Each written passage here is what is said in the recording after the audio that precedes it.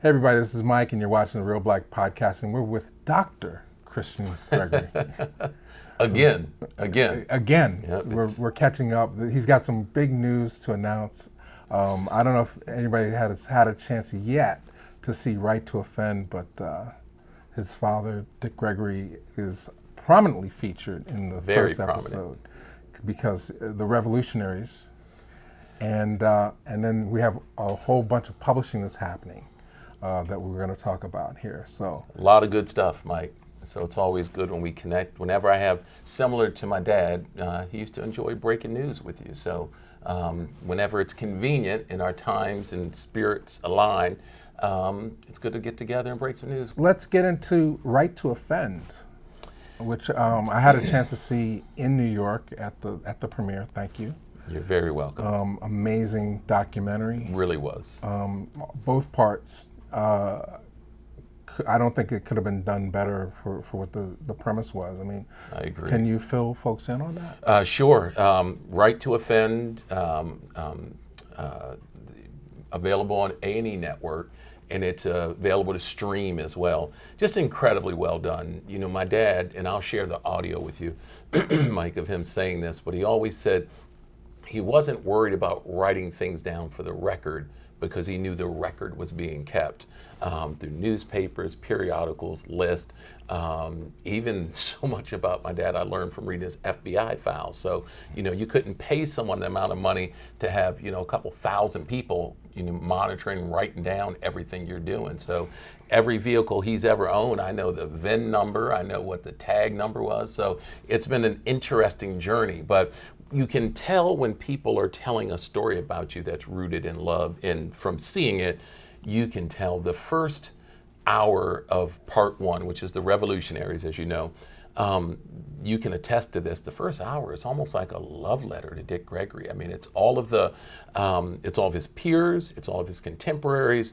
really just giving him his flowers. And the wonderful thing for me, someone who my whole life I was able to straddle both sides. I saw his relationship with his fellow revolutionaries, and I saw his relationship with the contemporaries, and you name it, from Richard Pryor, Red Fox, Bill Cosby, Eddie Murphy, Chris Rock, Dave Chappelle, Tracy Morgan. Whenever these folks would see him, they would literally get down on the knee and kiss his hand. I mean, it was a real, genuine display of gratitude, appreciation, and love. And my dad was clear, you know, he was crystal clear that he had received his flowers.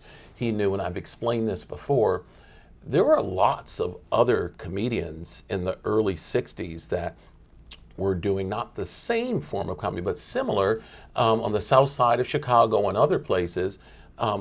What set Dick Gregory apart was really kind of luck, right place, right time. And that's what, you know, as one of the 10 Gregory children, my dad always told, be prepared. Preparation. My dad was a prepper. Now we hear people talking about, oh, we're a prepper, doomsday prepper. We grew up on a farm. My dad would have tractor trailers deliver Navy beans because, you know, that was the time when we were worried about, you know, atom bombs and nuclear power, and Navy beans were the only thing that could survive a nuclear holocaust. And his plan was to take the beans, so there was the beans, and there were hammers, and his plan was to smash the beans into powder, mix them with water to drink them to sustain life, because he said, shit, if someone smells onions, you cook these beans, the whole neighborhood's going to be tearing your door down because they're going to know this nigga got food. So there was a strategy. So Dick Gregory was an original prepper, reading through all of his books, all of his information. His mind just worked in that prepping mode.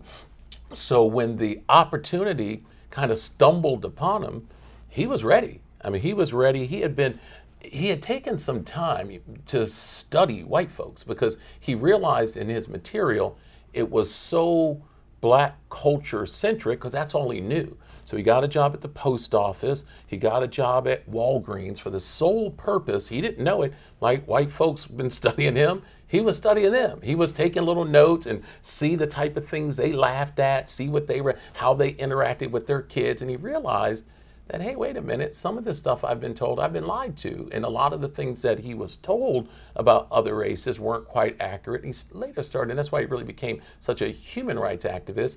he was a soldier for humanity, and at the top of that list was his people for certain, and he always made very clear of that.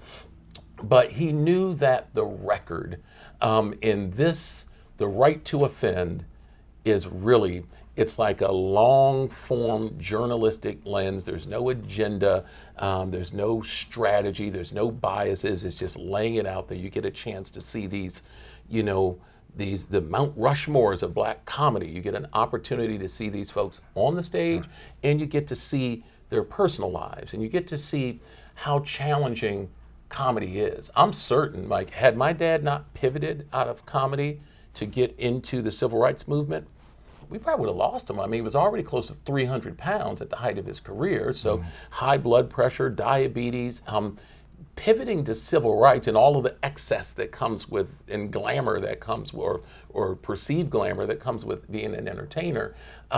He was on a fast track to a lot of things that probably wouldn't have had him still here. So as he would always say, the universe is in full control. None of it was by accident.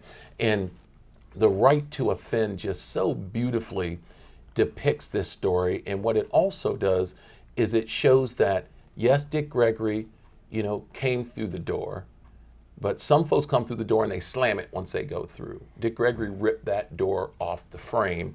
With the frame, he shattered the ceiling above him and stayed there and guided, like a flight attendant, guided everyone through to say, hey, this is the direction, this is the way. So when the Jack Parr Tonight show called, as we discuss so at length with great archival footage, so Kevin Hart, Heartbeat, A&E, Time Studio, the Time Studio part of it, they just had a treasure trove of archival footage that I don't think anyone has seen. Well, and I thought I'd seen a lot of it. I mean, it just, that part of it, we weren't even born then. And so for me, as a proud, loving son, to be able to go back and see all this footage of a time that I had read about, heard other people talk about, and heard him talk about at length, it was just so special to watch it all come together. But the big takeaway is the love from the people who are directing it,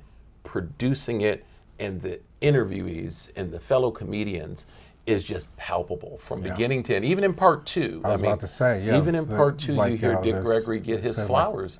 We need we need a young comedian to come out that's like a Dick Gregory if we're going to address these times. And the truth of the matter is, whereas in the 60s, Dick Gregory had to separate. Now, because of social media and all these other platforms, I mean, we look at some of the biggest names in entertainment, from LeBron James, Dave Chappelle. They're able to do both. And I mean, I'm sure Dick Gregory would have loved to have been able to do both. To still been, financially viable and still be on the front of of activism in the movement. He didn't have that option, so he never viewed it as a sacrifice. He made a pivot, and it was a significant financial impact on him. But that was something, I say this a lot, my dad was a spiritual trillionaire. Money was never his thing. I mean, if it was here, great. If it wasn't, great. The universe would provide, and he would always say, Queen Elizabeth don't work. She doesn't have a job. And he he would say that out of, if we're royalty, and if you are, then, the universe will provide. Stop fighting it. Once you stop running after money, it'll stop running from you. And those were the principles that he instilled on all of us Gregory. I mean, I got in trouble for sneaking and getting my first job. We weren't allowed to work. I always had, strong work ethic, always wanted to work, secretly had my own businesses. He was shocked when we were traveling. I think I was 17, fudged the age on my application, had my own American Express card. I had businesses, and I had to, what child has to hide most kids are hiding dope and other things from their parents. I had to hide the fact that I had businesses. And so it was interesting to see all of the formative, from his formative years, all of that footage, and it just uplifted. I mean, let's go back, because clearly the film Right to Offend we're talking about, which is produced by A&E Studios, you can watch it on demand now. Establishes Dick Gregory as the godfather of all of black comedy, right? We accept that as fact. 100%. 100%. But there, what was interesting to me was just his origin story, so to speak. you know, the Playboy Club, but even before that, what led him on that path? I mean, you're saying he made a concerted effort to make it in show business. Yes, absolutely. That was his only option. That was all he knew. He didn't have, I mean, you know, in 2022, there's so much abundance. Like even folks who are marginalized will have 100 channels in their home and strong Wi-Fi signals or easily accessible Wi-Fi. I mean, they don't understand just the depth of poverty that, you know, a black man or woman born in 1932, Jim Crow, Great Depression. I mean, this was America's poorest moment. You know, the people who were normally giving stuff for the poor, they were receiving stuff because they were now suddenly poor. So he was, you know, we talk about food insecurity. Dick Gregory was all food insecurity, father insecurity, you know, housing insecurity, clothing insecurity. He would sneak and put on his mother's robes to go outside and play because he literally didn't have, you know, clothes to wear. He would always say in one of his more famous jokes, his kids would say, oh, his favorite holiday was Halloween because it was the only time he could go out in his regular clothes, and folks would think, oh, look at Richard, he's dressed for the occasion. He's got shoes on that look like feet. And so the truth of the matter is he found so much strength in, you know, we call it his origin story. That was just his reality. He found so much. When he was 7 or 8 years old, there was about a week in St. Louis that the sun didn't come out. Well, the sun came out, but because the power plant in St. Louis, and this was all black and white folks, was burning cheap coal, there was so much soot that it created such a layer that they didn't see the sun for almost a week. So black rain was falling, black snowflakes. It was cold. It was in October, November. And so those little things is why he always was so dialed in with being an environmentalist. Long before people were, I'm an environmentalist, Dick Gregory would be wildly offended seeing someone drop trash. Long before that, don't be a litter bug. It was like, wait a minute, you know, what you do out there, that's like what you're doing in our home. This is all of our home. So it was a sense of pride that was so strongly rooted in just how extremely marginalized he was. And it changes your lens. And I think part of what's happening now, you know, in America for certain, but other parts of the world, is we have so much. You know, we have so, I don't have anything to wear 20 outfits. I don't have any shoes to wear 30 pairs of shoes. We have so much, and we have to go back and retrain our minds as to what's really necessary and what is just what we want. And we have to really go back and rechange our hardwiring. The right to offend shows you not just Dick Gregory, but Richard Pryor, Moms Mabley. It shows Red Fox, the legendary Red Fox, shows just how hard it was. And these were folks who had made it more or less, and it was still difficult. My dad, once he, you know, was on the South Side doing his thing, once he moved on downtown after his appearance at the Playboy Club, he felt guilty about that. So he would stay at the white clubs till about 1 a.m. and then he would go back to the South Side and stay up to like 4 or 5 in the morning eating ribs and hanging. And that's part of how he got up to 280 pounds was, you know, just the duality of his life. And that's another reason that, you know, when we tell stories about Dick Gregory in the early 60s and just how big of an entertainer he was, highest paid entertainer in the country, black or white, he pivoted a lot quicker than I realized. And so, you know, I thought he was, you know, probably 5 years. He probably got tired of it. He was barely there a year. He was still ascending. I mean, he was still like a rocket, still climbing in altitude when he said, no, this is not. And I think part of it a little bit was guilt. It was like, look at, and there were people around him that still alive that were with him during that time that would say, he always had an awkward relationship with food. And so they would go out to eat, find restaurants. He would order everything on the menu and he'd sit and watch everyone else eat for a good little while before he ate. He did that to the day he died. If you ever went out to eat with my dad, you would be done with all 3 courses before he even started to like pick at his salad. And we don't realize the things that happen to us in our youth, how much of foundational pillars they become. And part of the reason we don't see a lot of Dick Gregorys, a lot of Medgar Evers, a lot of Malcolm X's, a lot of Dr. Kings is because we're so comfortable. And and we look at our devices, we're thoroughly entertained, and you look at some of the stuff that goes on social media, and then I remind people that Right to Offend shows you that these black comedians, they were social media. They were the ones who were coming into your home with albums and whatever. They were the ones that were letting you know what was going on out in the real world, as we have the Dick Gregory infamous, On Poppy album cover behind us, which I'm pleased to see is signed. Yes. It's just, there's so much there. And so, we had the one and only Dick Gregory, which is on Showtime, which is that's his life story, documentary, but from 1932, from birth to his transition in 2017 is covered in that. In Right to Offend, it's just a sliver. We're looking specifically at Dick Gregory, the comedian. I don't have all of the books here, but let's talk about this literary component. I think the back of the bus one is missing. And maybe there's 16 of them in total. So then I know I don't. You have a good collection working here. But the latest one. Oh, you want to go? And I just wanted to mention that so since my dad transitioned, a lot of these books we brought back into. So we Political Primer that we have now as a trade paperback. This was one of the most iconic. Dick Gregory's Natural Diet for Folks Who Eat, Cooking with Mother Nature. Other than Nigger, his original autobiography, Cooking with Mother, we were horrified, man. There were people who were selling this for close to $2,000 online. Wow.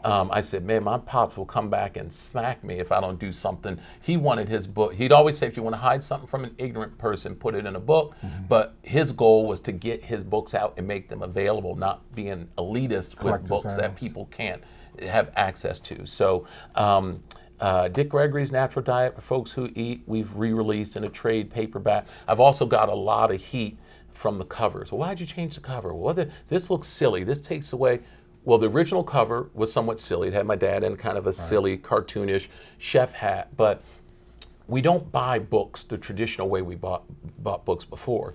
We're not going in bookstores. So as little thumbnails on digital wheels, these black and whites don't jump out. And we have now the data, the sales data that shows the more that you can make it pop and jump out, the more folks are going to see it and pay attention to it. And, I don't want my dad's books, no more than he did, only to be preaching to the choir. The only way we change society is by people outside of the tent becoming aware of his love, his civil rights activism, his human rights activism, his take care of your mind, body, and soul. So it was important to us to reach out to younger folks, Gen Zs, millennials. We're working on some. I'm currently in the process of turning my dad's cross-country run into a children's picture book with HarperCollins Kids. We're doing graphic novels. We're doing things to reach the other demographic. And people are territorial about Dick Gregory. So there's a lot of folks, because Brother Dick used to come on their radio show. They feel like, hey, well, we own Brother Dick. We're the only ones that want to, I don't want to say capitalize, but want to be protected. Right. You're not protecting people by keeping them, you're on an AM station with 1,000-watt frequency that's barely getting outside the block.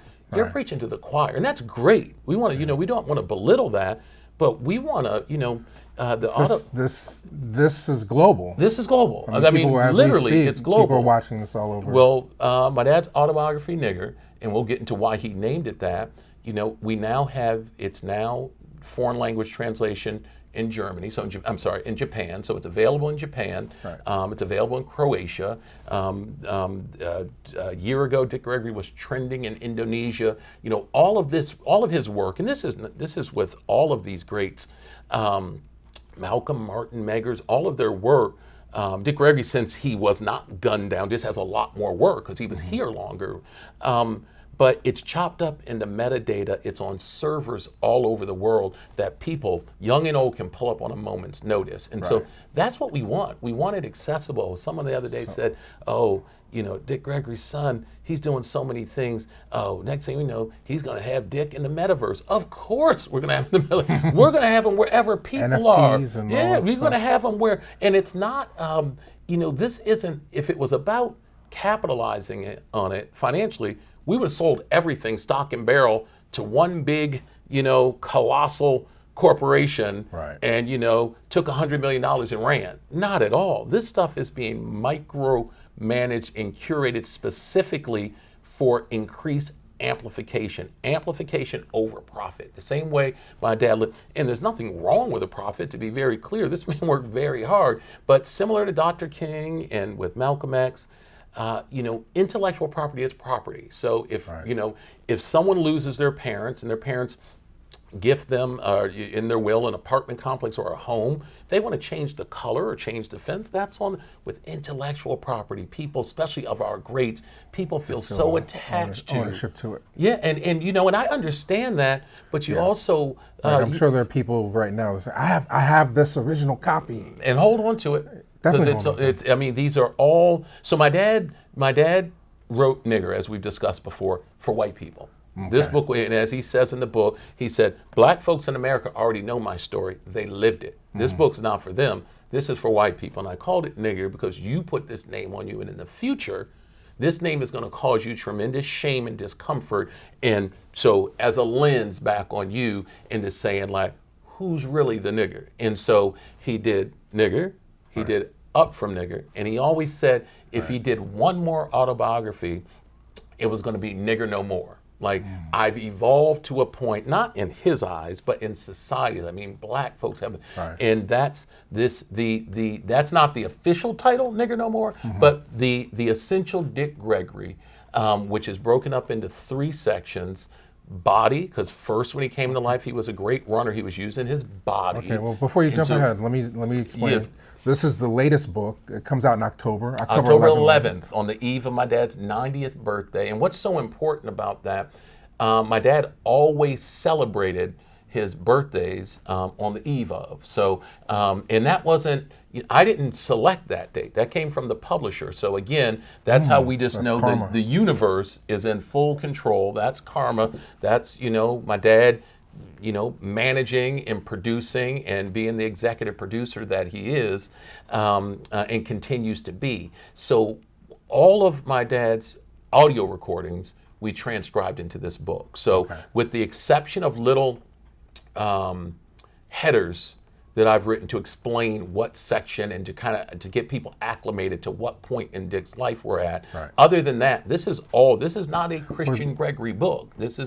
I edited it. This is Dick Gregory, and we have all the audio from everything in this book. So so which you're talking about commercial recordings? Because I've listened to a lot of Dick Gregory albums, and there's stories in here that I don't recall. And no, none of this has been available before, ever. That's what I'm, so Bob Lipsyte, who was with my dad in 1963 when they did Nigger, recorded my dad for close to a year. Private conversations, and all of that. He gave all of that over to the estate. There's probably 20 movies worth of information, another 10 books worth of information. And the good news is, because people love to say, oh, Dick didn't say that. Well, we have all the recordings of it. So for the Dick didn't say that crowd, we have that. Charlie Palmer, just an incredible artist. He designed a couple John Legend album covers, does a great job of just capturing, the universe and the environment and elements. And so the estate's literary agent, Regina, reached out to me, and Regina Brooks, and she said, oh, I spoke to Charlie Palmer, and he's dying to do this cover. And that in typical kind of Dick Gregory love kind of way, I wasn't surprised by that. And so he designed this beautifully designed cover. So it's kind of Mount Rushmore of Dick Gregory, and it's purposeful. So the younger Dick Gregory here in the front, this is the body. And this is when he was doing, he was an athlete, he was in the Army. This is when he was using his body to find his way. And so the first section of the book is the body. And that's everything from his birth all the way up until he breaks into show business. And so when he breaks into show business, this section over here, which is the mind. And this is when just his brilliant mind is what he's using to feed himself, his growing family, and to feed his fan base. And the last section is spirit, and that's when he just became this spiritual warrior. And I'll give you the high res of this to put on, but just the detail in the beard. I mean, some of so many of us just stared and looked. And I should point out, this is not the book. This is just the draft for review. So it'll be a lot crisper than this. This is not the final cover, but this is the design. This is the image. It'll be much clearer, and this you is will what they really call a galley proof. This is the galley proof that we're looking through to make sure that there wasn't anything omitted or edited wrong. There's a lot of hands in this. The team that's typesetting it. So you read. This is probably the 10th kind of proofing, but this is the first physical. How long proofing, does it take from the time you get the tapes to the time the book gets published? I mean, what's the time span? This has been about a year and a half. And the biggest problem was HarperCollins, which the estate has a great relationship with. We had 80,000 words. And this easily could have been, a 2,000. Am I saying 80,000? Yes, 80,000. It's 80,000. Easily could have been 5 times that. And so one of the hardest things I ever did, and yes, you have a team, but as the executive editor, those final decisions fall on you. So I said one of the hardest things I ever did, because I'm attached to, every word of it was like, gospel to me, was to whittle it down to this 80,000 words. And boy, it's just incredibly well done. Yeah, I agree. I started. I got through the first couple chapters. You'll learn some things. You will definitely learn some things. The early days and the hunger that he was in. This looks like my friend's Andre's photo. No, Jeffrey Andre's out. So that's not one of Jeffrey's photos, but that's Jeffrey right there. Yeah. So Jeffrey did the good guy, Washingtonian. He did the last official photo shoot, portrait of my dad was with Jeffrey. And so we've been using a lot of his. Jeffrey can tell you about that day. It was a colorful day. They all were colorful, but Jeffrey can tell you about it. It was special, and he really captured some powerful photographs. Oh, he's a great artist. No question about it. And I know he's flattered that it made the cover. Oh, absolutely, and he's a lot of places. Yep, and it was a blessing because my dad really didn't always have time for stuff like that, and I don't mean physically time, just mental space to even want to deal with it. So there was a lot of cussing out of folks before the first photo was taken. So I think some folks see the smile in his face and the eye wink, and they think that's how it started. No. Jeffrey, and it was we were at one of his friend's studios in D.C. But always with love. You've been on the. We call that a baptism, man. Like if Dick Gregory hasn't baptized you, then he doesn't know you. I joke. I said I got a weed card because I told the doctor I had PTSD from 6 hours with Dick Gregory one day. I mean, and good, because you should have. Because I'm saying you should have had PTSD. He's unpacking everything in his life, which you've been reading in this book. So he had a desire to pass it on. Yeah, absolutely. I mean, we were talking, and when you get older, your time is limited, and so that's why he started. He was so quick and short-tempered because there was so much in there that he was trying to get out. And who's the right person? And it's not like he understands the World Wide Web and social media and all of that. He doesn't. So he would give you the same energy he'd give CNN. He just didn't know it was a camera. It was being recorded, and some of those went a little more than 6 hours, I believe. Some of them were pretty, some marathon sessions. And so he's never. Now, had we talked before, I would tell you, hey, take scheduled breaks, because you will go 5 days, and he, it's like a pissing match. He's not going to say, Uncle, like, hey, I'm tired. He will run you ragged. Fantastic. So the new book, The Essential Dick Gregory. The Essential Dick Gregory.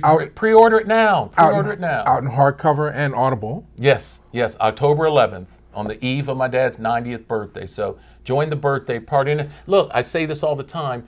it's important for you to pre-order it. It's important for you to download and watch the films and content, because this is what the money finance folks look at to say if they're going to invest in more of it. So if you like it, buy more. That's not for me. That's, buy more so the other folks out here. Dick Gregory's not a one-off. There's other folks with this type of information. We want this type of material covered. So, yes. Well, buy the book and get the Audible. Yeah, get both. The Audible is narrated by somebody really special.